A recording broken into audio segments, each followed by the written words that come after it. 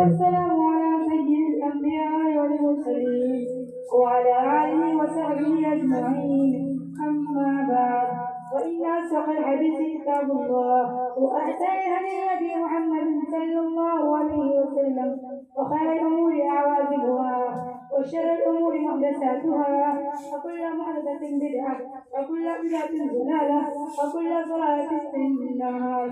وبالتالي المتصلين على الشيخ الإمام الهمام الحافظ الهجة أمير المؤمنين في الحديث أبي عبد الله محمد بن إسماعيل بن إبراهيم بن مغيرة الجعفي اليماني البخاري رحمه الله تعالى.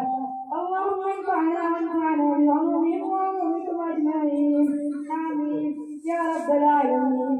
أنه قال بعد قول الله نزل وأنزل يوم القيامة وإن الأعمال بالقول والقول يوزن. وقال مجاهد القصة والعدل والمجة، ويقال القسط مزر المفسدين هو العدل، وأما القاتل فهو الجاهل.